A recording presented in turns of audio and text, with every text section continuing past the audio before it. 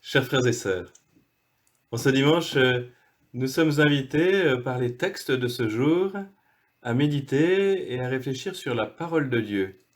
La parole de Dieu nous invite à réfléchir sur la parole de Dieu. Parole de Dieu, quelle place dans ma vie? Parole de Dieu, comment être en relation avec elle? Dans l'Évangile, nous avons ces deux disciples qui quittent Jérusalem suite aux événements atroces, terribles de la mort de Jésus. Ils sont là, dépités, les épaules voûtées, le dos rond, dans une crise de désespérance. Ils sont touchés, blessés. Oui, ce gars, Jésus, il pensait être le Messie d'Israël, celui qui rendrait sa fierté et son honneur au peuple juif. Et voilà, ce n'était pas lui. Et il est mort, comme le dernier des bandits. Et pourtant, ce qu'il disait était... Et Jésus les rejoint. Jésus les rejoint sur la route. Et dans cette rencontre, premier mouvement, premier temps, Jésus leur demande où ils en sont. De quoi discutiez-vous en chemin? Et les disciples peuvent dire leur tristesse, leur désespérance. Mais Jésus ne s'arrête pas là. La rencontre va un peu plus loin. Jésus les invite à ouvrir les Écritures et il leur donne la clé. Il leur a montré comment dans Moïse, la Torah des Juifs, comment dans les prophètes, comment dans toute l'Écriture, la destinée du Messie était annoncée. Il fallait qu'il souffre, qu'il meure et qu'il ressuscite. Les disciples ne comprennent pas tout, ils ne reconnaissent toujours pas Jésus, mais ils savent que cette parole est bonne. Alors ils invitent Jésus à rester avec eux et Jésus reste. Et c'est au moment de la fraction du pain, dans ce geste qui leur rappelle très nettement ce don total que Jésus a fait au soir du jeudi saint, qu'ils le reconnaissent. Mais en fait, ils se souviennent, notre cœur n'était-il pas déjà brûlant d'amour alors qu'il nous expliquait les Écritures? La joie les remplit, et d'ailleurs, ils n'ont même plus besoin de voir Jésus, parce que Jésus est présent par sa parole, par son esprit, dans leur cœur.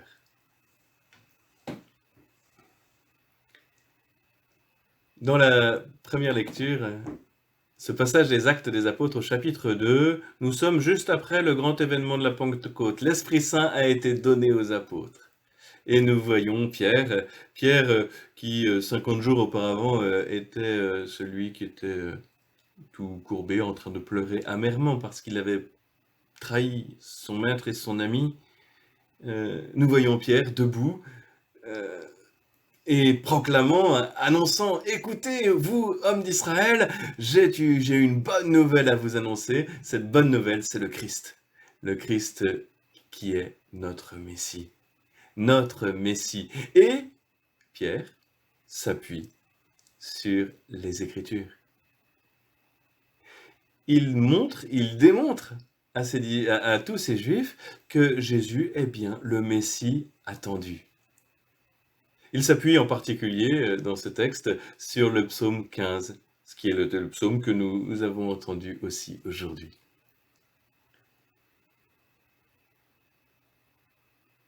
Saint Pierre nous montre, nous enseigne que si nous voulons comprendre Jésus et l'alliance en Jésus, la nouvelle alliance en Jésus, il nous faut passer par les Écritures juives, celles qu'on appelle Ancien Testament.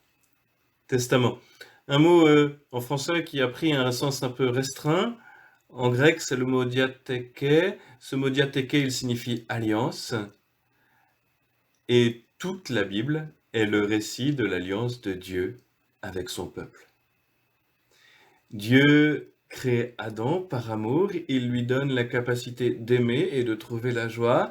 Première alliance. Cette première alliance qui est renouvelée régulièrement parce que si l'homme, il arrive que nous nous lassions de l'alliance avec Dieu, Dieu, lui, ne se lasse pas de revenir vers nous et de nous proposer alliance. Alliance avec Noé, alliance avec Abraham, alliance avec Moïse, alliance avec David, alliance avec les prophètes et alliance qui se déploie en Jésus. Ancienne alliance, Ancien Testament, Nouvelle alliance, Nouveau Testament. Ce n'est pas parce qu'il est nouveau qu'il remplace absolument l'ancien, non, il l'englobe, il l'élève. Si nous voulons comprendre Jésus, il nous faut passer par l'Ancien Testament. Si nous voulons comprendre l'Ancien Testament, il nous faut passer par Jésus. C'est absolument lié, imbriqué. Et Saint Pierre, qui a vu Jésus ressuscité le premier dimanche et qui a été accompagné par Jésus comme il l'a fait auprès des disciples d'Emmaüs. Jésus a ouvert la porte des Écritures à ses disciples, à ses apôtres. Pierre a compris le lien. Et c'est la première chose qu'il fait. Quand il enseigne, quand il a reçu l'Esprit Saint et cette force, et quand il a reçu l'Esprit Saint et cet esprit d'intelligence qui permet de mettre en lien la réalité de Dieu, c'est la première chose qu'il fait. Il connecte l'Ancien Testament et le Nouveau Testament, la bonne nouvelle du Christ. Et c'est ce qu'il continue à faire dans la deuxième lecture, la première lettre de Saint Pierre. Et là, il s'adresse à un public différent. À la Pentecôte, il s'adressait à des Juifs, ayant un background biblique fort. Là, il s'adresse à des païens d'origine. Ils sont chrétiens, mais ils n'ont pas cette culture biblique. Mais qu'est-ce que fait Pierre?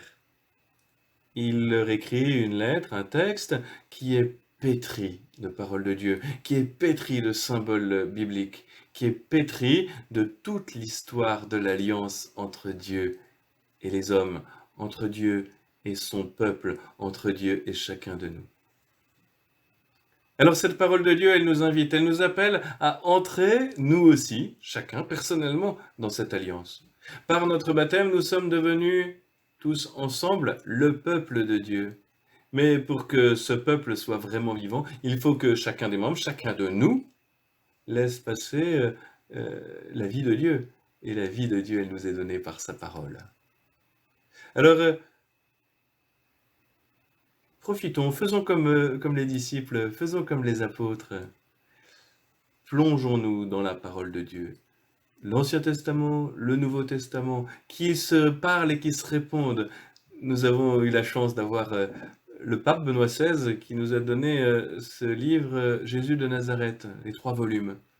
C'est un bon premier pas pour comprendre le lien qu'il y a toujours à travailler, à retravailler entre tous les récits de l'alliance entre Dieu et le peuple juif et le récit de l'alliance en Jésus. C'est toujours connecté. Laissons-nous toucher par cette parole, parce que Dieu veut nous impliquer dans cette alliance. Cette nouvelle alliance, ce Nouveau Testament, il est pour moi, il est pour chacun de vous, il est pour nous. Il nous faut entrer sur ce chemin d'intelligence, de compréhension, ce chemin de relation avec Jésus pour trouver la vraie joie et le vrai bonheur.